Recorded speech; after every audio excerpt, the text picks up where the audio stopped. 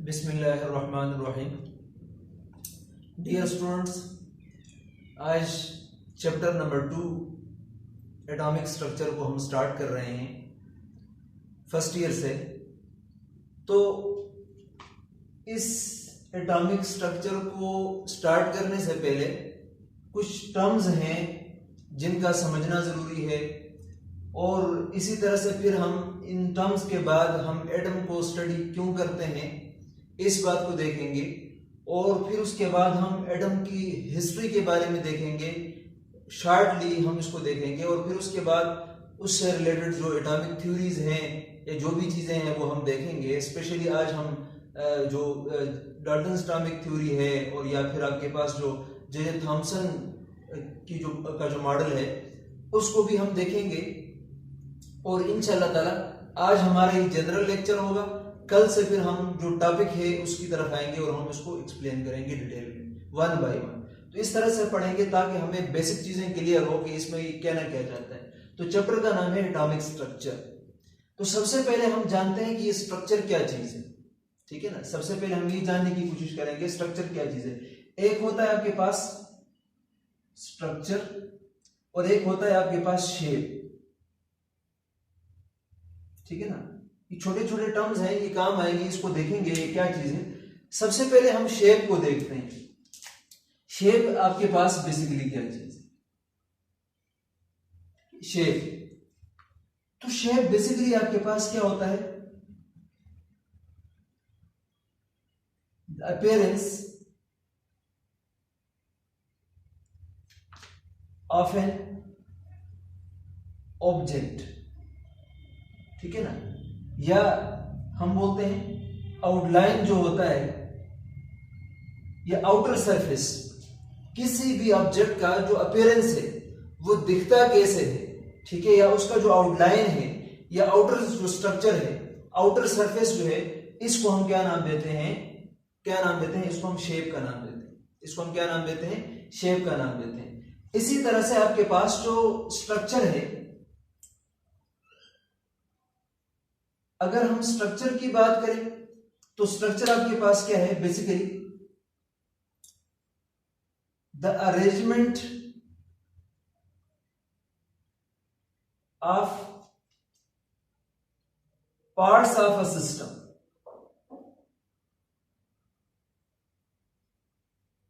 और an object. कोई भी सिस्टम है या ऑब्जेक्ट है, उसके जो कंस्टिट्यूएंट पार्टिकल है उनकी अरेंजमेंट किस तरह से है, कैसे वो अरेंज हुए हैं, उसको हम क्या बोलते हैं? स्ट्रक्चर का नाम देते हैं। क्या नाम देते हैं? मतलब स्ट्रक्चर जो है वो किससे रिलेटेड है? अरेंजमेंट से रिलेटेड है। और जब आपके पास कोई पार्टिकल किसी सिस्टम के अरेंज हो जाते हैं तो वो क्या बन जाता है? आपके पास शेप बन जाता है। तो शेप और आपके पास स्ट्रक्चर में ये डिफरेंस है। शेप आपके पास क्या है? फिजिकल अपीयरेंस है किसी भी ऑब्जेक्ट की, या आउटलाइन हम उसको बोलते हैं किसी भी ऑब्जेक्ट की। और जो आपके पास स्ट्रक्चर है ये आपके पास क्या है? बेसिकली इनकी इंटरनल अरेंजमेंट है कि कोई भी ऑब्जेक्ट आपके पास वो बना किस तरह से है, कैसे उनके पार्टिकल, कैसे उनके कंपोनेंट्स, कैसे इनके कंस्टिट्यूएंट वो आपस में जुड़े हुए हैं और उन्हें एक खास किस्म का क्या बनाया हुआ है? शेप बनाया हुआ है। तो अरेंजमेंट ऑफ पार्टिकल्स को, अरेंजमेंट ऑफ सिस्टम को, arrangement of parts of an object को हम क्या बोलते हैं? स्ट्रक्चर बोलते हैं। क्या बोलते हैं? स्ट्रक्चर बोलते हैं। इसी तरह से केमिस्ट्री के अंदर भी ये जनरल बातें हैं कि शेप और स्ट्रक्चर में क्या डिफरेंस है। इसी तरह से केमिस्ट्री के अंदर हम आमतौर पर शेप यूज करते हैं, शेप का लफ्ज यूज करते हैं, और ज्योमेट्री का लफ्ज यूज करते हैं। तो केमिस्ट्री में ज्योमेट्री और शेप में क्या डिफरेंस है, और इस चैप्टर के अंदर हम एक लफ्ज यूज करेंगे, बार बार मॉडल को यूज करेंगे। ये मॉडल क्या होता है थोड़ा उसको भी देख लेंगे, ठीक है। अच्छा जी, तो ये तो आ गई बात स्ट्रक्चर और शेप की। अब आपके पास है शेप और आपके पास क्या है? ज्योमेट्री।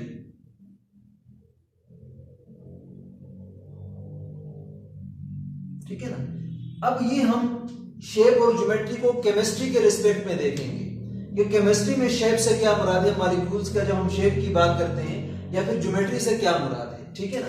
तो बच्चों सिंपली अगर मैं बोलूं तो आपके पास शेप क्या होता है? अरेंजमेंट ऑफ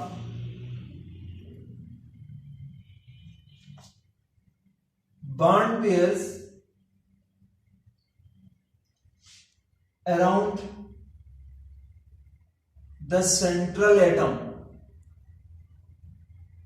ठीक है, इसको हम क्या बोलते हैं, शेप का नाम देते हैं कि जो सेंट्रल एटम है उसके साथ जो एटम्स अटैच हैं, जो आपके पास बॉन्ड पेयर अटैच हैं, उनकी अरेंजमेंट क्या है, इसी को हम क्या बोलते हैं, शेप का नाम देते हैं। इसी को हम क्या नाम देते हैं, शेप का नाम देते हैं। और ज्योमेट्री किसे बोला जाता है, ज्योमेट्री से मतलब क्या है, जब इसी के अंदर आप लोग एक चीज का इजाफा कर लो इस डिफिनेशन के अंदर, बॉन्ड पेयर के साथ लोन पेयर की भी रिलेशन कर दोगे तो वो क्या बन जाएगी, आपके पास ज्योमेट्री बन जाएगी। ये मैं केमिस्ट्री की बात कर रहा हूं, तो मैं बोलूंगा the arrangement of bond pair and lone pair, lone pair का हमने इजाफा कर दिया, lone pair around the central atom, इसको हम क्या बोलते हैं, ज्योमेट्री का नाम देते हैं। लोन पेयर और बॉन्ड पेयर दोनों की arrangement around the central atom, इसको हम क्या बोलेंगे, ज्योमेट्री। और जस्ट आपके पास जो बॉन्ड पेयर है इनकी अरेंजमेंट को हम क्या बोलते हैं, शेप का नाम देते हैं। ये इन टर्म्स ऑफ केमिस्ट्री की बात हो रही है। केमिस्ट्री के अंदर हम शेप और ज्योमेट्री को इस तरह से डिफाइन करते हैं, इस तरह से डिफरेंशिएट करते हैं। अब आपके पास कुछ मॉलिक्यूल ऐसे हैं जिनकी ज्योमेट्री और शेप एक भी हो सकती है। हम इसकी एग्जांपल देख लेते हैं। फॉर एग्जांपल आपके पास है CH4 है और आपके पास H2O है। ठीक है, ये दो मॉलिक्यूल हम लेते हैं। अब ऑलरेडी आप लोगों ने थर्ड चैप्टर के अंदर पहले पढ़ा हुआ है शेप ऑफ मॉलिक्यूल्स में। अगर आपके पास ये कार्बन है तो CH4 का जो शेप है वो आपके पास, इसमें हाइब्रिडाइजेशन देखो तो sp3 हाइब्रिडाइजेशन है, और sp3 हाइब्रिडाइजेशन का मतलब इसका शेप क्या होगा, आपके पास टेट्राहेड्रल होगा। ठीक है, ज्योमेट्री भी इसकी टेट्राहेड्रल है, हम अभी देखेंगे। sp3 हाइब्रिडाइजेशन तो टेट्राहेड्रल शेप इसका है। अब टेट्राहेड्रल शेप होता किस तरह का है वो हम देख लेते हैं। ठीक है ना, हमने एग्जांपल क्या लिया है, CH4 एंड H2O। ठीक है ना, अब ये आ गया आपके पास कार्बन। ठीक है, इसमें इसके साथ कितने हाइड्रोजन अटैच है, 4 हाइड्रोजन अटैच है। तो ये 4 हाइड्रोजन कैसे अटैच है, ये वाला आपके पास जो हाइड्रोजन अटैच है, अगर मैं इसको ओपन करके लिखूं, ठीक है ना, 4 हाइड्रोजन है तो एक हाइड्रोजन ये आ जाएगा आपके पास। ठीक है, इसी तरह से एक हाइड्रोजन आपके पास ये आ जाएगा। ठीक है, ये दोनों हाइड्रोजन आपके पास प्लेन में है, ये दोनों हाइड्रोजन किधर है, आपके पास प्लेन में है। इसी तरह से एक हाइड्रोजन आपके पास, मैं इस तरह शो कर देता हूं,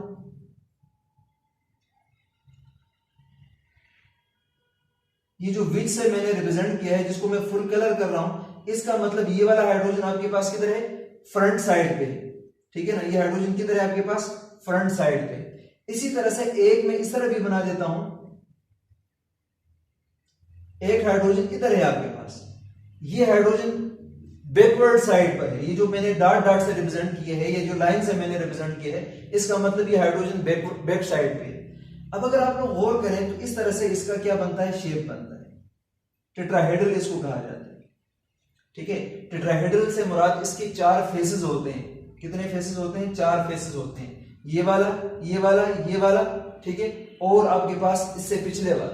तो ये आपके पास टोटल कितने सरफेसेस बनते हैं, 4 सरफेसेस बनते हैं। इस वजह से इसको क्या कहा जाता है, टेट्राहेड्रल कहा जाता है। तो अगर मैं इस मॉलिक्यूल की शेप की बात करूं तो आपके पास इसका शेप क्या है, टेट्राहेड्रल है।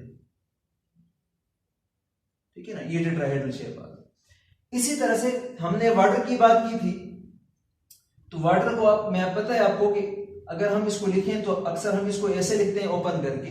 यहां पर आपके पास क्या होते हैं, 2 लोन पेयर होते हैं। अब अगर मैं लोन पेयर को खत्म कर दूं तो आप लोग देखते हैं ये वाटर का शेप है वी शेप, उल्टा वी, बेंड शेप भी इसको कहा जाता है। तो अगर मैं लोन पेयर को खत्म कर दूं तो इसको मैं क्या बोलूंगा, शेप बोलूंगा। तो ये शेप आपके पास क्या है, आपके पास बेंड शेप है या वी शेप स्ट्रक्चर है। लेकिन अगर इसके साथ मैं क्या इंक्लूड कर देता हूं, लोन पेयर को इंक्लूड कर देता हूं। ये आपके पास क्या है, ऑक्सीजन। ठीक है, ये आपके पास आ गया हाइड्रोजन। ठीक है ना, इसी तरह से आपके पास लोन पेयर को मैं यू लिख लेता हूं, या इसको हम ऐसे लिख लेते हैं, आसानी के लिए मैं समझाने की कोशिश कर रहा हूं, ये और ये हाइड्रोजन, ठीक है, वी शेप है। इसी तरह से एक लिखूंगा मैं फ्रंट साइड पर, लोन पेयर है ये, और ये आपके पास क्या है, बैकवर्ड, ठीक है, ये दोनों लोन पेयर को रिप्रेजेंट कर रहे हैं। अब अगर आप लोग गौर करें तो इसकी ज्योमेट्री अगर आप लोग देखें तो इसको हम बोलते हैं डिस्टॉर्टेड टेट्राहेड्रल। लोन पेयर की वजह से इसका शेप डिस्टॉर्ट हो चुका है, एग्जैक्ट आपके पास ओपन नहीं है वाटर का वी शेप स्ट्रक्चर, ठीक है ना। अब अगर मैं इसकी ज्योमेट्री की बात करूं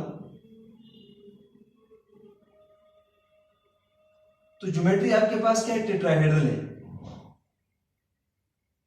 ठीक है। तो ज्योमेट्री में मैंने क्या किया है, ये दोनों आपके पास क्या है, ये भी लोन पेयर को रिप्रेजेंट कर रहा है, ये भी लोन पेयर को रिप्रेजेंट कर रहा है। बॉन्ड पेयर कितने हैं, दो, लोन पेयर कितने हैं, दो। इसका मतलब ये हुआ कि दो लोन पेयर को मैंने क्या किया है, काउंट किया है। तो मैंने कहा है ना कि the arrangement of bond pair, ये दो, एंड लोन पेयर, ये दो, इसको मिलाकर ओवरऑल हम इसको क्या बोलेंगे, ज्योमेट्री बोलेंगे।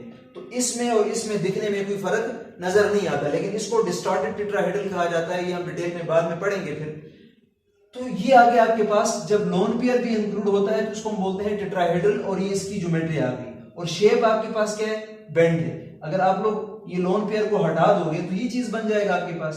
तो ये क्या है आपके पास, उल्टा वी है ना, इसको हम बेंड शेप भी बोलते हैं, तो ये इसका शेप आ गया। तो सिंपल मीनिंग ये हुआ कि जब हम अरेंजमेंट ऑफ लोन पेयर और बॉन्ड पेयर दोनों की बात करेंगे तो वो आपके पास क्या कहलाएगा, ज्योमेट्री। और जब हम जस्ट बॉन्ड पेयर की बात करेंगे तो इसको हम क्या बोलते हैं, शेप का नाम देते हैं। क्या नाम देते हैं, शेप का नाम देते हैं। ये केमिस्ट्री की टर्म्स में बात कर रहा हूं, लेकिन यहां पर अगर मैं देखूं तो इसका शेप भी आपके पास क्या है, टेट्राहेड्रल है। और यहां पर आपके पास अगर ज्योमेट्री की बात करूं तो ज्योमेट्री भी आपके पास क्या है, टेट्राहेड्रल है, ठीक है। ज्योमेट्री भी टेट्राहेड्रल और शेप भी आपके पास क्या है, टेट्राहेड्रल है। तो जब आपके पास लोन पेयर जीरो हो तो वही आपके पास ज्योमेट्री भी होगी, वही आपके पास क्या होगा, शेप भी वही होगा। तो ऐसे केसेस भी हमारे पास मौजूद हैं जिसमें ज्योमेट्री और शेप सेम भी हो सकते हैं। लेकिन अगर आपके पास लोन पेयर इंक्लूड होगा बॉन्ड पेयर के साथ तो वो ज्योमेट्री कहलाएगा, और जस्ट अगर आपके पास अरेंजमेंट ऑफ बॉन्ड पेयर है तो इसको हम क्या बोलेंगे, शेप का नाम देंगे, ठीक है। तो ये तो आ गया आपके पास शेप और ज्योमेट्री में डिफरेंस। तो बात निकली थी आपके पास स्ट्रक्चर से, ये छोटे छोटे टर्म्स हैं, हमने इस स्ट्रक्चर से ये बात निकली थी। अब इस चैप्टर के अंदर एक चीज हम और यूज करेंगे बार बार, जो कि आपके पास क्या होता है, मॉडल, ठीक है ना। जैसे bore atomic model, Rutherford atomic model, J Thomson atomic model, ठीक है, बहुत सारे मॉडल हैं आपके पास, क्वांटम मैकेनिकल मॉडल। तो ये मॉडल क्या चीज होता है, ठीक है ना। मॉडल बेसिकली आपके पास, दिस इज फिजिकल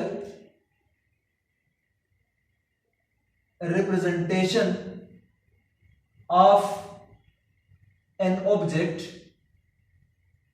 किसी भी ऑब्जेक्ट या सिस्टम की फिजिकल रिप्रेजेंटेशन, ठीक है, कि जिससे हमें क्या पता चले, that how an object looks like और हाउ इट वर्क्स, ठीक है ना। मॉडल आपके पास क्या होता है, फिजिकल रिप्रेजेंटेशन है किसी चीज की, ये हम आइडियली कंसिडर करते होते हैं। तो physical representation of an object, that how an object looks like और हाउ इट वर्क्स। कोई भी ऑब्जेक्ट अगर हम उसका मॉडल बनाते हैं तो वो दिखता कैसे है, ये हम इस मॉडल से स्टडी करते हैं, और वो काम कैसे करता है, इन बात को समझाने के लिए, जैसे अगर फॉर एग्जांपल मैं सोलर सिस्टम की बात करता हूं जो एक्चुअल में इस यूनिवर्स के अंदर एग्जिस्ट करते हैं, लेकिन अगर हमें समझाना हो किसी को तो हम क्या करते हैं, उस सोलर सिस्टम का मॉडल बनाते हैं, ठीक है। अब मॉडल छोटा सा होता है, आमतौर पर आपके पास जो मॉडल है वो ओरिजिनल ऑब्जेक्ट के कंपैरिजन में स्मॉल होता है, तो हम क्या करते हैं, एक छोटा डायग्राम बना के, एक शेप उस तरह का बना के हम चीजों को समझाने की कोशिश करते हैं। उस मॉडल से हमें क्या पता चलता है, हम बेसिकली उसको फिजिकली रिप्रेजेंट कर रहे होते हैं, और ये देखने के लिए कि वो काम कैसे करता है, और दूसरी बात वो दिखता कैसे। इन तमाम चीजों को स्टडी करने के लिए हम क्या यूज करते हैं, मॉडल्स को यूज करेंगे। तो इसी तरह से इस चैप्टर के अंदर हम एटम्स को समझने के लिए क्या करेंगे, मॉडल यूज करेंगे। क्या करेंगे, मॉडल यूज करेंगे। तो मॉडल का लफ्ज जब भी आएगा तो ये बात आपकी जहन में होनी चाहिए। या जस्ट हम सिंपली ये कह सकते हैं मॉडल आपके पास एक एग्जांपल होता है, मॉडल आपके पास एक स्टैंडर्ड होता है जो हम क्या करते हैं, किसी चीज के साथ कंपैरिजन में यूज करते हैं ताकि उस ऑब्जेक्ट की प्रॉपर्टीज को हम क्या कर सकें, समझ सकें। ठीक है, तो उसको हम क्या बोलते हैं, मॉडल का नाम देते हैं। तो ये तो आपके पास जनरल बातें आ गई जो कि जरूरी थी इस स्ट्रक्चर को या एटॉमिक स्ट्रक्चर को समझने के लिए। अब स्ट्रक्चर की बात तो हमने कर ली, स्ट्रक्चर क्या होता है, शेप क्या होता है, ज्योमेट्री क्या होती है, फिर मॉडल क्या होता है, ये सारी चीजें हमने देख ली। एटॉमिक से क्या मुराद है, तो अब एटॉमिक की तरफ मैं नहीं जाऊंगा, वैसे भी इस चैप्टर में हम शुरू से लेकर एंड तक हम एटम की ही बात करने वाले हैं। उससे अगला जो चैप्टर है वो आपके पास मॉलिक्यूल पे हम बात कर रहे होते हैं, लेकिन इस चैप्टर के अंदर हम क्या करते हैं, A to Z सारी बातें किसके बारे में होंगी, एटम के बारे में होंगी। तो हम बिल्कुल इसकी हिस्ट्री से लेकर एंड तक जाएंगे कि एटम आपके पास डिस्कवर कैसे हुआ, शुरू में क्या बातें थी, अब क्या है, तो वो हम डिटेल में पढ़ने वाले हैं। ठीक है ना। तो अब इस एटम की हिस्ट्री में जाने से पहले हम थोड़ा इसको डिफाइन कर लेते हैं, फिर हम एटम की हिस्ट्री की तरफ जाते हैं। तो इसको हम डिफाइन कैसे करें, एटॉमिक स्ट्रक्चर को। तो बेसिकली एटॉमिक स्ट्रक्चर आपके पास क्या है, फिजिकल केमिस्ट्री की branch, the branch of physical chemistry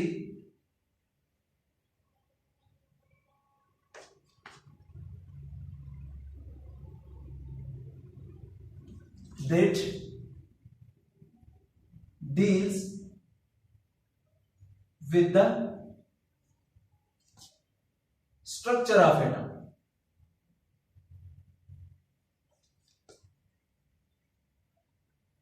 ठीक है ना। एटॉमिक स्ट्रक्चर आपके पास फिजिकल केमिस्ट्री की वो ब्रांच है जिसमें हम स्ट्रक्चर ऑफ एटम के बारे में पढ़ते हैं। तो इसी को क्या कहा जाता है, एटॉमिक स्ट्रक्चर कहा जाता है।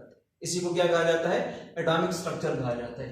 अब जाहिर बात है कि एटम को हम मुकम्मल तौर पर जानने के लिए हम इसकी हिस्ट्री में जाएंगे और आगे क्या क्या काम इस एटम पे होते रहे तो हम इसको डिटेल में देखने वाले हैं। ठीक है, तो इसके लिए हम थोड़ा इस एटम की हिस्ट्री को देख लेते हैं।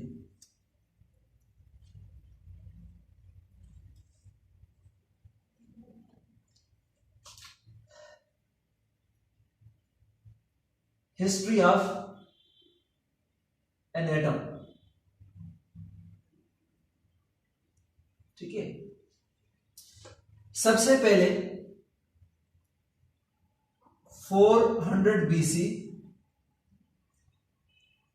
में आपके पास एक ग्रीक फिलॉसफर था। ठीक है ना। फर्स्ट ऑफ ऑल 400 BC में जो आपके पास ग्रीक फिलॉसफर है जिसका नाम क्या है आपके पास, डेमोक्रिटस। ठीक है, ग्रीक फिलॉसफर है डेमोक्रिटस। क्या था ये, was the first person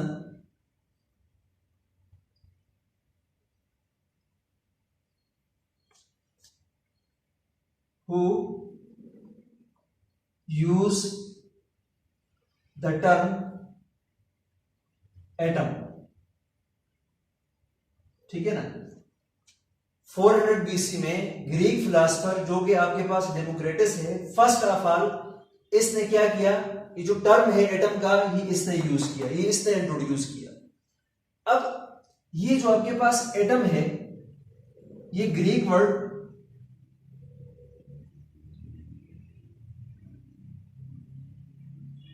derived from Greek word एटामोस।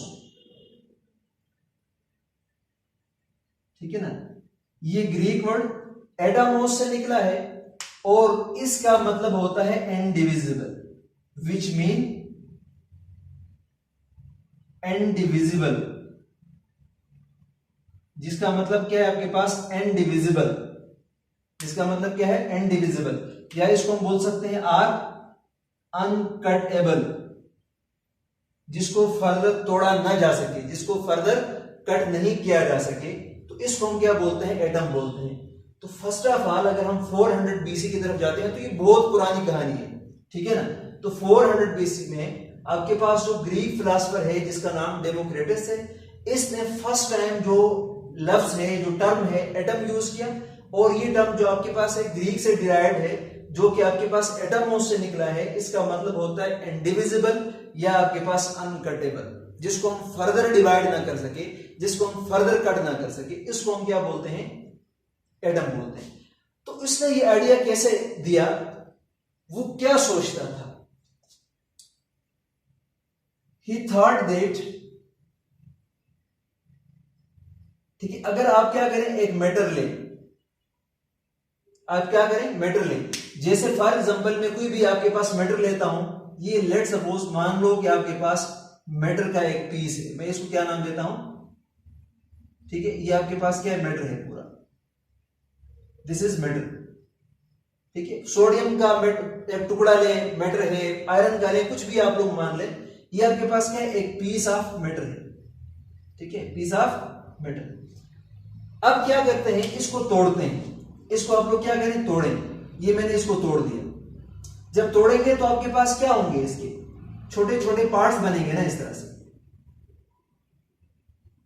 छोटे छोटे क्या बनेंगे, इस तरह पार्ट्स बनेंगे, मतलब हमने इसको ब्रेक किया, तो ब्रेक करने के बाद आपको क्या मिले, पार्ट्स मिले, छोटे छोटे टुकड़े मिले, फर्दर इसको क्या करें, ब्रेक करें, जब फर्दर ब्रेक करेंगे तो इसके भी क्या मिलेंगे, आपको छोटे पार्ट मिलेंगे, इसको फर्दर आप लोग क्या करें, ब्रेक करें, तो ये आपके पास बन गया।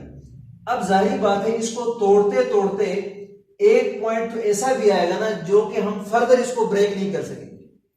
हमने एक मेटल लिया, इसको ब्रेक किया तो इसके छोटे टुकड़े बन गए, फर्दर हमने इसको ब्रेक किया कंटिन्यूसली, तो ये फर्दर इसके छोटे छोटे पार्ट्स बन गए, छोटे छोटे टुकड़े बन गए, छोटे छोटे पार्टिकल्स बन गए, हमने फर्दर इसको क्या किया, ब्रेक किया, तो फर्दर हमने ब्रेक किया तो ये हमें पार्ट्स मिले, लेकिन इससे फर्दर हम इसको मजीद ब्रेक नहीं कर सकते, इससे मजीद इसको ब्रेक नहीं किया जा सकता। तो इसका मतलब ये एक ऐसा पॉइंट आ चुका है जहां पर फर्दर इससे हम मजीद इस पार्ट को, इस पार्टिकल्स को मजीद छोटे पार्टिकल्स के अंदर डिवाइड नहीं कर सकते हैं। तो ये जो सबसे स्मॉलेस्ट पार्ट हमें मिला है, सबसे स्मॉलेस्ट यूनिट में हमें मिला है, तो डेमोक्रिटस ने इसी को क्या कहा, एटम का नाम, इसलिए इसने इसको क्या कहा कि इंडिविजिबल, इसने क्या कहा था कि एटमोस से निकला है एटम, और इसका मतलब क्या है, इंडिविजिबल और अनकटेबल। तो उसने कहा कि एक मेटल का पीस लें, इसको तोड़े तो ये छोटे छोटे पार्ट्स टुकड़े के अंदर कन्वर्ट हो जाएगा, फर्दर ब्रेक करेंगे तो फर्दर छोटे पार्ट्स बनेंगे, फर्दर ब्रेक करेंगे तो फर्दर आपके पास छोटे पार्ट्स बनेंगे। लेकिन अगर एक पॉइंट तो ऐसा भी आएगा ना कि इसको ब्रेक करते करते एक पॉइंट ऐसा रीच होगा कि फर्दर इसको हम ब्रेक नहीं कर सकेंगे, वो जो पॉइंट पर जो पार्टिकल आपको मिलेंगे उसको इसने क्या नाम दिया था, बेसिक यूनिट का नाम दिया था, और इसने इसको क्या कहा था कि ये आपके पास एटम, ये आपके पास क्या है, एटम है। इसने अपने इस थ्योरी को, अपने इन बातों को क्या कहा था, थ्योरी ऑफ यूनिवर्स का नाम दिया था, और उसने कहा था यूनिवर्स के अंदर जो भी आपके पास मैटर है उसका जो स्मॉलेस्ट पार्टिकल है वो आपके पास क्या है, मैटर है, और इसको फर्दर डिवाइड नहीं किया जा सकता, फर्दर इसको तोड़ा नहीं जा सकता। और उसके कहने के मुताबिक आपके पास जो एटम होता है वो आपके पास कंप्लीट क्या है, सॉलिड है,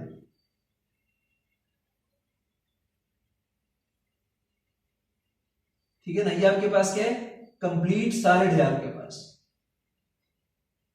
लेट सपोज कि इसको मैंने मैग्नीफाई किया है, ये आपके पास एटम है, और डेमोक्रिटस के मुताबिक ये आपके पास क्या है, कंप्लीटली सॉलिड है।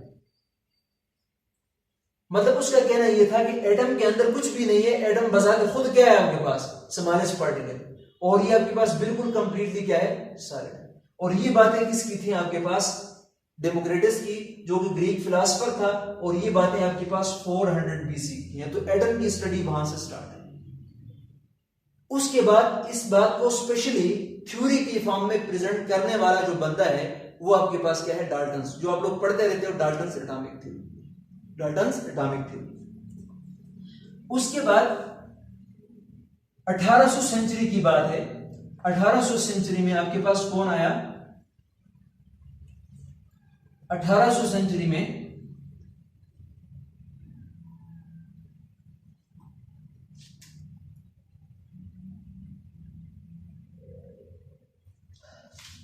एटीन सेंचुरी में स्पेशली अगर बात करें तो आपके पास 1803 है आई थिंक, आपके पास एक साइंटिस्ट आया जो कि आपके पास इंग्लिश स्कूल टीचर है, जिसका नाम क्या है, जॉन डाल्टन। ठीक है ना, ये आपके पास इंग्लिश स्कूल टीचर है। इसने क्या किया, आपने एक थ्योरी दी 1803 में, ठीक है, जिसको हम क्या बोलते हैं, जॉन डाल्टन एटॉमिक थ्योरी बोलते हैं। इसने क्या दी, एक थ्योरी दी, उस थ्योरी को आप क्या कहा जाता है, जॉन डाल्टन एटॉमिक थ्योरी, ठीक है, इसको हम क्या बोलते हैं, जॉन डाल्टन एटॉमिक थ्योरी बोलते हैं। ये जो जॉन डाल्टन एटॉमिक थ्योरी है, इसके कुछ मेन पॉइंट्स हैं, तो वो मेन पॉइंट्स क्या हैं, हम इसको देखेंगे, ठीक है।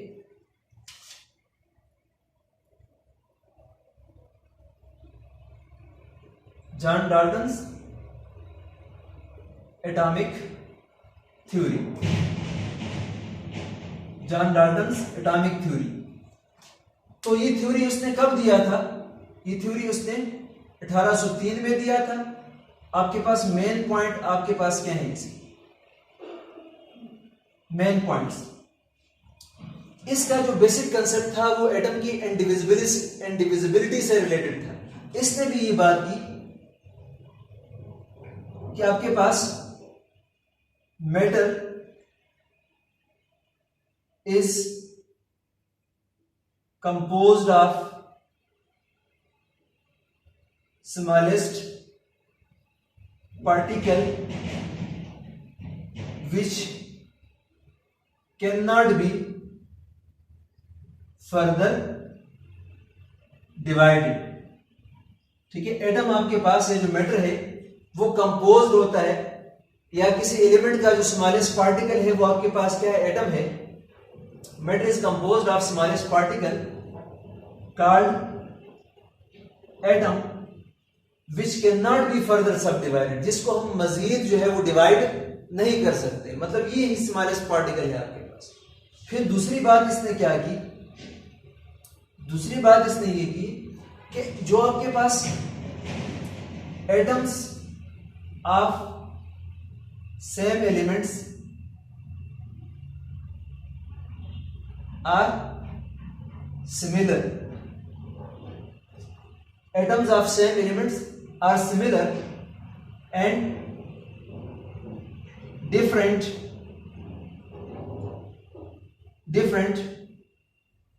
from atoms of other elements,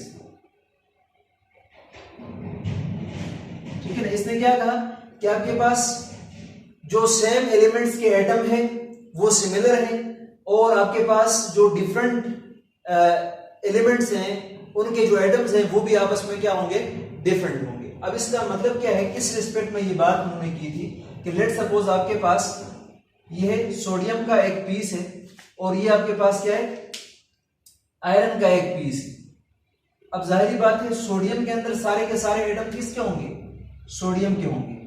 ये सारे के सारे एटम आपके पास क्या है, सोडियम के होंगे, जिसमें आपके पास सोडियम का प्रोटॉन कितने हैं, 11, इलेक्ट्रॉन भी कितने हैं, 11, ठीक है, न्यूट्रल एटम की बात कर रहा हूं। इसी तरह से मतलब इसमें नंबर ऑफ प्रोटॉन इलेक्ट्रॉन क्या होंगे, सेम होंगे। तो ये तमाम प्रॉपर्टीज की रिस्पेक्ट में क्या होंगे, सेम होंगे। मतलब जो मास इस एटम का होगा वही इसका भी होगा, जो इसका होगा वही इसका भी होगा, जो प्रॉपर्टी इस एटम की है वो इसकी भी होगी। इसके अंदर पाए जाने वाले एटम सारे क्या हैं, एक तरह के। इसी तरह से अगर मैं आयरन की बात करता हूं तो सिर्फ समझाने के लिए मैं कहता हूं कि मान लो ये आयरन के आपके पास एटम है, ठीक है ना, तो साइज में भी ये डिफरेंट होते हैं। इसके अलावा अगर आप लोग यहाँ पर प्रोटॉन देखोगे तो डिफरेंट है, इलेक्ट्रॉन देखोगे तो डिफरेंट है, केमिकल रिएक्शन करवाओगे तो ये कुछ और तरह से रिएक्ट करेंगे, इनकी केमिकल रिएक्शन चेक करोगे तो ये कुछ और तरह से करेंगे। तो आपस में तो ये सिमिलर है, आपस में तो ये भी सिमिलर है, लेकिन अगर हम इन दोनों की आपस में कंपैरिजन करते हैं तो आपस में ये क्या है, दीज आर डिफरेंट, ठीक है ना। डिफरेंट एलिमेंट के एटम भी डिफरेंट होते हैं, लेकिन सेम एटम सेम एलिमेंट के जो एटम्स हैं वो क्या होते हैं, सिमिलर होते हैं, ठीक है, क्या होते हैं, सिमिलर होते हैं। तो इससे मुराद ये है। इसी तरह से थर्ड पार्ट इसने ये कहा है कि भाई आपके पास जो एटम्स हैं, atoms of different elements, atoms of different elements combined together and whole number ratio and whole number ratio to form compound, to form compound. जब आपके पास डिफरेंट एटम्स, डिफरेंट एलिमेंट्स के एटम्स जब आपस में मिलते हैं तो वो एक खास फिक्स रेशियो में मिलते हैं और वो क्या बनाते हैं, कंपाउंड बनाते हैं, ठीक है ना, होल नंबर पे मिलते हैं। जैसे आपके पास 1:2 हो सकता है, ठीक है, 1:3 हो सकता है, 2:1 हो सकता है, लेकिन ये आपके पास फ्रैक्शन में नहीं हो सकता। इस तरह आपके पास, जैसे मैं कहूं आपके पास H2O, तो इसमें हमेशा आपके पास ये रेशियो फिक्स है, 2:1, 0 पॉइंट समथिंग वगैरह कुछ भी नहीं है, 1/5 नहीं है, 1/2 नहीं, इस तरह का कोई रेशियो नहीं होगा, ये हमेशा फिक्स रेशियो में आपको कंबाइंड मिलेगी, ठीक है ना।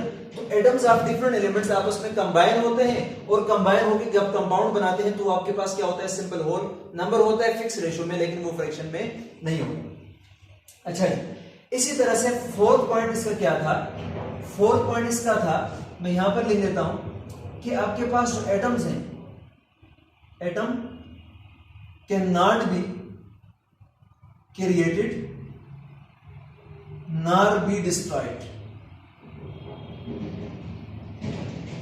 Nor be destroyed. एटम को क्रिएट भी नहीं किया जा सकता और डिस्ट्रॉय भी नहीं किया जा सकता। ये आपके पास क्या थे, जॉन डाल्टन की जो एटॉमिक थ्योरी है उसके मेन पॉइंट्स थे कि भाई आपके पास मैटर जो है वो कंपोज होता है स्मॉलेस्ट पार्टिकल को, जिसको हम फर्दर डिवाइड नहीं कर सकते।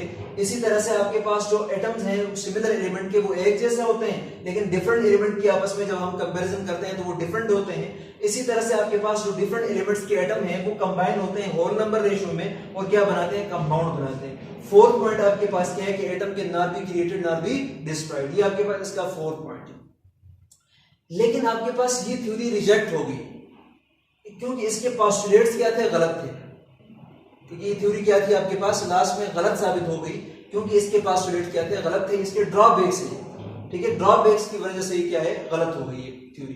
तो सबसे पहले हम ये फर्स्ट पॉइंट को समझते हैं कि भाई ये वाली बात क्या थी कि matter is composed of smallest particle called atom which can not be further सब डिवाइडेड, लेकिन ये बात गलत थी। ये बात क्या थी, गलत थी। तो कैसे गलत थी, हम इस बात को पहले देखते हैं। जॉन डाल्टन ने कहा था कि आपके पास एटम क्या होता है, ड्रॉबैक्स क्या थे इसके, उसने कहा था कि एटम आपके पास इंडिविजिबल होता है जो फर्दर सब डिवाइड नहीं किया जा सकता। लेकिन आज के दौर में अगर हम एटम को देखते हैं तो एटम में आपको क्या मिलता है, एटम में आपको क्या मिलता है, इलेक्ट्रॉन मिलता है, एटम में आपको क्या मिलता है, प्रोटॉन मिलता है, एटम में आपको क्या मिलता है, न्यूट्रॉन मिलता है, ठीक है। इससे भी फर्दर फंडामेंटल पार्टिकल और भी मौजूद हैं जिस पे हम कभी बात करेंगे, लेकिन अब मैं इससे मजीद डीप नहीं जाऊंगा। तो अब ये जो पार्टिकल है ना, इनको क्या कहा जाता है, दीज आर सब एटॉमिक पार्टिकल्स, सब एटॉमिक पार्टिकल्स, ठीक है ना, क्योंकि ये पार्टिकल एटम से छोटे हैं।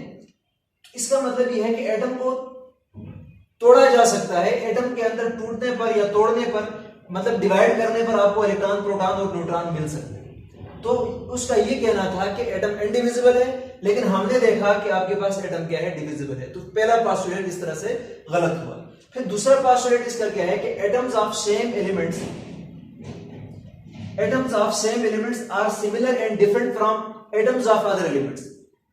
एक एलिमेंट्स के अंदर पाए जाने वाले एटम सिमिलर होते हैं, लेकिन वही अगर किसी दूसरे के साथ कंपेयर करें तो वो डिफरेंट होते हैं। लेकिन अगर मैं ये बात करूं, अगर हम आइसोटोप का केस देखते हैं, ठीक है, आइसोटोप्स को अगर आप लोग गौर करें, जैसे आपके पास ऑक्सीजन है तो ऑक्सीजन के आइसोटोप्स होते हैं, जैसे आपके पास ऑक्सीजन 16 है और इसी तरह से ऑक्सीजन आपके पास 18 है। तो 16, 18 ये आपके पास क्या है, आइसोटोप है। इसी तरह से मैं अगर हाइड्रोजन की बात करता हूं, 1H1, इसी तरह से आपके पास 1H2 है, इसी तरह से आपके पास क्या है, 1H3, ठीक है ना, 1H3। तो अगर आप लोग देखें तो इसी तरह से आपके पास कार्बन है, कार्बन 12, कार्बन 13 और इसी तरह से आपके पास कार्बन 14। तो आप लोग गौर करें, ये ऑक्सीजन का एटम है कि नहीं है, ये भी ऑक्सीजन का एटम है, दोनों क्या है, ऑक्सीजन के एटम है, लेकिन क्या है ये डिफरेंट। इसका मास 16 है, इसका मास क्या है आपके पास 18 है। इसी तरह से हाइड्रोजन को देखें, आपके पास 3 आइसोटोप है, प्रोटियम, ड्यूटेरियम और ट्रिटियम। क्यों डिफरेंट है? इसलिए इसका मास 1 है, इसका 2 है, इसका 3 है। तो ये सारे हाइड्रोजन के एटम है, लेकिन ये क्या है? डिफरेंट है। इसी तरह से कार्बन को देखें, ये तो सारे किसके एटम है? कार्बन के, लेकिन देखें 12, 13 और 14 मास इनका क्या है? डिफरेंट है। तो अभी हमने थोड़ी देर पहले ये बात की थी, बल्कि अभी ये लिखी हुई ये बात है कि जॉन डाल्टन ने ये कहा था कि भाई आपके पास जो सेम एलिमेंट के एटम है वो हर रिस्पेक्ट में क्या होते हैं? सेम होते हैं। लेकिन अगर उसकी कंपैरिजन किसी दूसरे टाइप के एलिमेंट से करें तो वो उसके एटम्स क्या होंगे? डिफरेंट होंगे। लेकिन अगर हम आइसोटोप का केस देखते हैं तो वहां पर हमें एक ही एटम के डिफरेंट हमें क्या मिलते हैं? मासेस मिल जाते हैं। जैसे एक ही ऑक्सीजन के एटम्स हैं, ये सिमिलर है, लेकिन इनका मास क्या है? डिफरेंट है। तो ये सिमिलर तो ना हुए, दिस इज ऑक्सीजन एलिमेंट, ये भी ऑक्सीजन का एलिमेंट है, लेकिन क्या है? मास इनका डिफरेंट। इसी तरह से हाइड्रोजन को देखें, इसी तरह से कार्बन को देखें। तो जब आइसोटोप डिस्कवर हुए तो इसका मतलब इसका जो दूसरा पोस्टुलेट था वो भी गलत साबित हो गया कि जो आपके पास एटम ऑफ सेम एलिमेंट भी है वो भी क्या हो सकते हैं? डिफरेंट हो सकते हैं। तो जरूरी नाम नहीं है कि वो क्या होंगे? सेम होंगे। हर एटम के ऊपर हम इसको अप्लाई नहीं कर सकते। आइसोटोप की केस में ये बात क्या हो जाती है? गलत हो जाती है। इसलिए जो दूसरा पोस्टुलेट था आपके पास, डाल्टन का जो थ्योरी है, वो भी क्या हो गया? गलत हो गया। इसी तरह से एक और बात है कि थर्ड आपके पास ड्रॉबैक इसका क्या था कि atoms of different elements, atoms of different elements combine together in a whole number, ठीक है ना, in a whole number ratio to form compounds. जो डिफरेंट एलिमेंट्स के एटम हैं वो एक फिक्स रेशियो में, होल रेशियो में क्या होते हैं? कंबाइन होते हैं। वो फ्रैक्शन में नहीं हो सकते। लेकिन अगर आप देखें इन केस ऑफ FeO, इसी तरह से इन केस ऑफ NiO, अगर आप इसमें देखेंगे तो आपको जो आयरन मिलेगा वो आपके पास 0.93 है और आपके पास ऑक्सीजन क्या है? 1 है। इसी तरह से अगर आप निकल को देखेंगे तो ये भी आपके पास क्या 0.93 है और ऑक्सीजन का क्या है? एटम 1 है। तो आप लोग यहां पर देखें तो ये आपके पास होल नंबर नहीं है। इसका मतलब ये फ्रैक्शन में भी हो सकता है। कुछ कंपाउंड ऐसे भी हैं जो कि आपको फ्रैक्शन में भी मिलेंगे। तो इसने ये जो बात की थी कि भाई ये फिक्स रेशियो में होते हैं, तो इन दिस केस ये वाली बात भी क्या हो जाती है? गलत हो जाती है। इसलिए इसका ये वाला पोस्टुलेट भी क्या हो जाएगा? गलत हो जाएगा। लास्ट है आपके पास कि एटम के not be created nor be destroyed. Atom को डिस्ट्रॉय और क्रिएट नहीं किया जा सकता, ठीक है ना।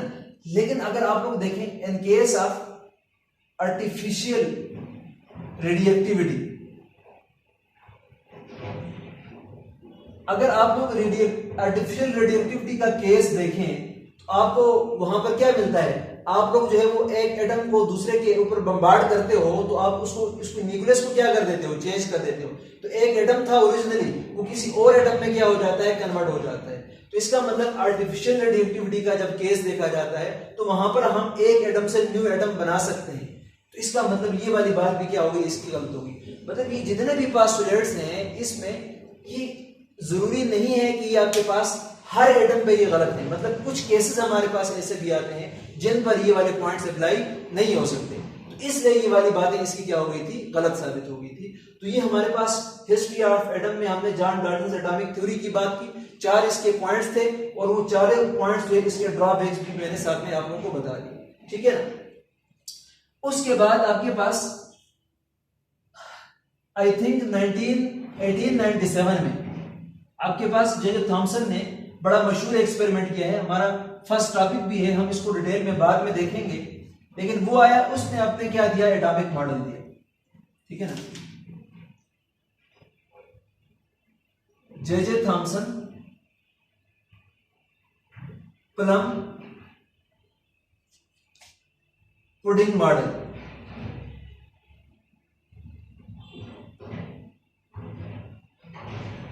ठीक है ना। J Thomson plum pudding model.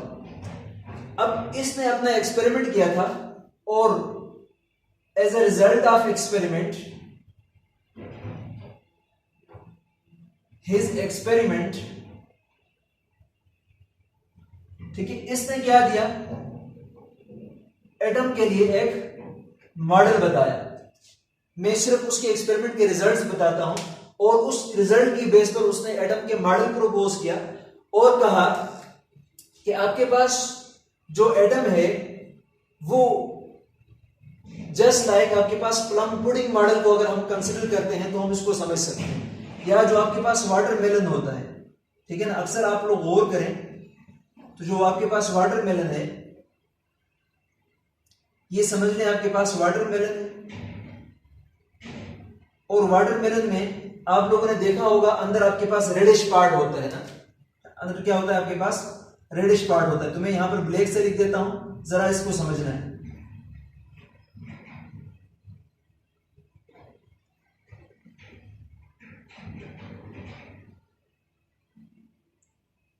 जो आपके पास वाटरमेलन है उसमें आप लोगों ने देखा होगा कि रेडिश पार्ट होता है, और रेडिश पार्ट में अगर आप लोग गौर करें तो रेडिश पार्ट के अंदर आपको क्या मिलते हैं, इस तरह से बीज इसके अंदर होते हैं, ठीक है ना, बीज होते हैं उसके अंदर इस तरह के। उस रेड पार्ट के अंदर जगह जगह पर आपके पास क्या होते हैं, उसके बीज एम्बेडेड होते हैं। तो इस मॉडल को इसने क्या कहा था, प्लम पुडिंग मॉडल कहा था। उसने कहा कि एटम को भी इसी तरह से कंसीडर कर लो कि आपके पास क्या है, एटम है, एक स्फीयर है, इसके अंदर आप लोग क्या कर लें, एक फ्लूइड भर दें। तो ये वाला आपके पास क्या था, जो बेसिकली मैंने ब्लैक पार्ट आपको शो किया हुआ है, तो मैं इसको जरा छोटा बना लेता हूं, इसको जरा आसानी होगी, ठीक है। ये एक स्फेरिकल शेप है मान लो, और इसके अंदर क्या है, ये फ्लूइड है। उसने कहा था कि एटम आपके पास क्या होता है, स्फेरिकल इन शेप होता है, और वो अंदर से किससे भरा होता है, एक फ्लूइड से भरा होता है। और वो फ्लूइड के ऊपर इसने क्या कहा था, ये फ्लूइड है आपके पास, ये बात,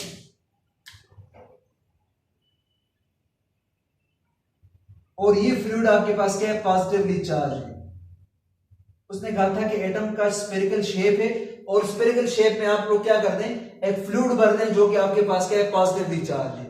और इसके अंदर उसने कहा कि करपस्कल्स, बाद में उसको इलेक्ट्रॉन का नाम दिया गया था। और इसने कहा कि इसके अंदर सस्पेंडेड होते हैं नेगेटिवली चार्ज पार्टिकल, जिसको बाद में क्या कहा गया था, इलेक्ट्रॉन्स कहा गया था। तो इसने कहा कि इस फ्लूइड के अंदर आपके पास क्या एम्बेडेड होते हैं, नेगेटिवली चार्ज पार्टिकल, जिसको इसने क्या कहा था, इलेक्ट्रॉन का नाम दिया था। तो इस मॉडल को इसने क्या नाम दिया था, प्लम पुडिंग मॉडल का नाम दिया था। ये प्लम पुडिंग जो है, ये बेसिकली आपके पास ईसाइयों का कोई साल में खुशी मनाने के लिए शायद उनका एक वो होता है, एक खाने का एक स्पेशल चीज बनाते हैं, जो कि आपके पास इस तरह एक जेम्स टाइप की कोई चीज होती है, जिसके अंदर आपके पास रेड रेड दाने को क्या करते हैं, एम्बेडेड करते हैं, मतलब उस इंग्रेडिएंट है बिल्कुल। तो इसी तरह से जैसे इसकी मिसाल बिल्कुल आप लोग एक वाटरमेलन की समझ लें कि भाई वाटरमेलन के अंदर अगर आप लोग देखेंगे तो रेडिश पार्ट आपको नजर आता है, और उस रेडिश पार्ट के अंदर क्या होते हैं, बीज होते हैं, एम्बेडेड होते हैं, ठीक है ना। तो इसी तरह से उसने कहा कि एटम भी ऐसा ही है कि एटम स्फेरिकल है, और इसके अंदर आप लोग एक फ्लूइड भर दोगे जो कि आपके पास पॉजिटिवली चार्ज होगा, और इसको बाद में प्रोटॉन का नाम दिया गया। और इस फ्लूइड के अंदर उसने कहा कि कर्पस्कल्स उस वक्त कहा गया, और बाद में इसको इलेक्ट्रॉन का नाम दिया गया। वो आपके पास यहाँ पर क्या होते हैं, एम्बेडेड होते हैं। तो इस मॉडल को हम क्या बोलते हैं, प्लम पुडिंग मॉडल का नाम देते हैं। लेकिन ये मॉडल भी आपके पास क्या हुआ, बाद में गलत साबित हुआ।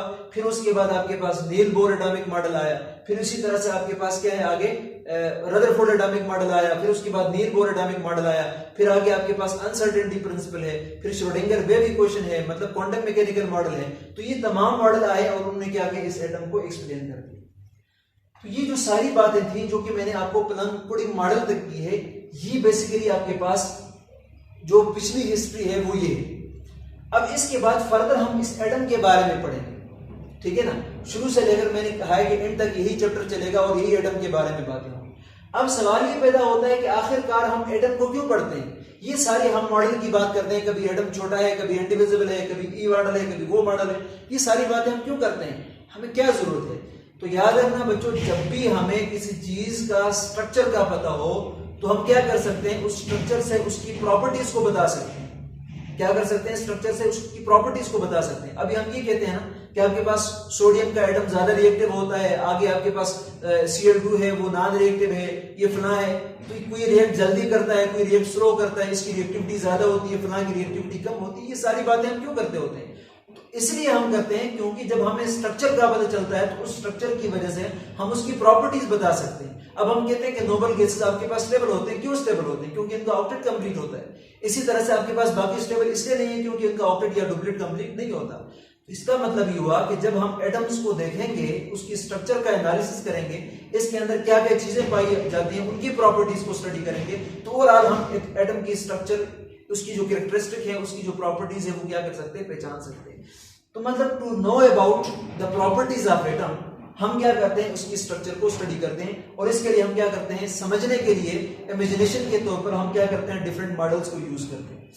तो अब इसके बाद एटम के अंदर क्या क्या होता है, उनकी अरेंजमेंट किस तरह से होती है, और क्या क्या चीजें इसके अंदर पाई जाती हैं, ये तमाम चीजें हम तब पढ़ेंगे जब हम आगे एक्सपेरिमेंट करेंगे, discharge of experiment, discovery of electron, discovery of proton, discovery of neutron. ये सारी चीजें डिस्कवर करने के बाद हम इनकी अरेंजमेंट्स देखेंगे कि अरेंज किस तरह से, एटम का स्ट्रक्चर बना कैसे, तभी तो हम क्या कर सकते हैं, एटॉमिक स्ट्रक्चर पे पहुंच जाते हैं।